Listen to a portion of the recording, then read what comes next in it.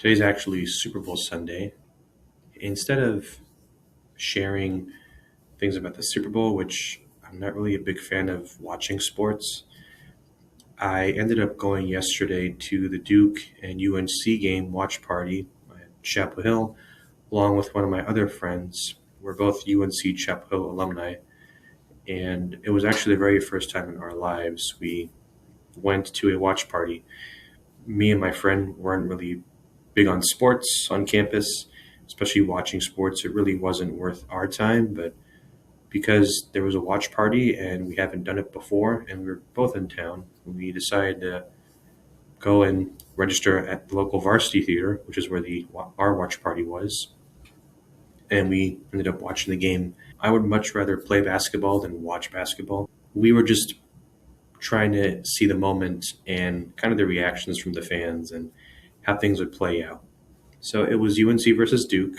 For those that aren't aware of the Duke Chapel Hill culture, UNC and Duke have the most competitive and longest rivalry in college sports in the United States. And actually, it's well known nationwide. So that's where this rivalry actually stems from. It's from this basketball tournament that they've been at head to head for the past 90-ish years or so. You can think about it as Chapel Hill and Duke's own version of the Super Bowl. So it's a really big event, and it's huge in the Chapel Hill and Duke community. So me and my friend just wanted to kind of see what the new generation of students were like and to also enjoy the game and have a good time. To start out, Chapel Hill and Duke were pretty neck and neck, and there was a lot of misses and a lot of flops from UNC's end. And we were both speculating that Duke was eventually going to win the game because I think they led at some point by 12, their largest lead. And UNC, whenever they would try to catch up to Duke within a certain number of points, whether it was 4 or 5 points, Duke would always make a comeback play. And whenever there would be an opportunity for UNC to respond, either to take the lead or to tie, they would always miss it. They always missed those open shots or those wide open shots.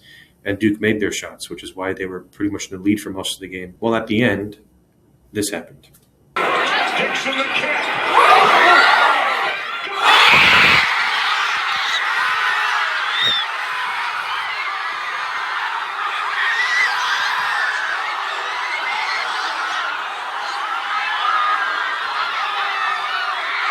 So given that after the game-winning buzzer beater, me and my friend decided to just kind of bolt out as quick as we could because we knew what was going to happen next.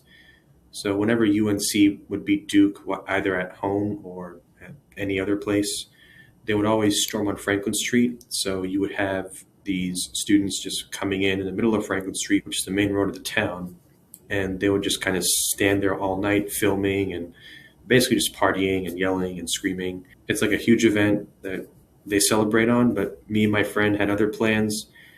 We stopped for ice cream at a nearby store just because my friend was kind of in the mood for some ice cream. But after that, we just ended up leaving because the whole night it was very difficult to just get out of traffic. And I got home, luckily, within 9:30 or 10 o'clock, so not too late.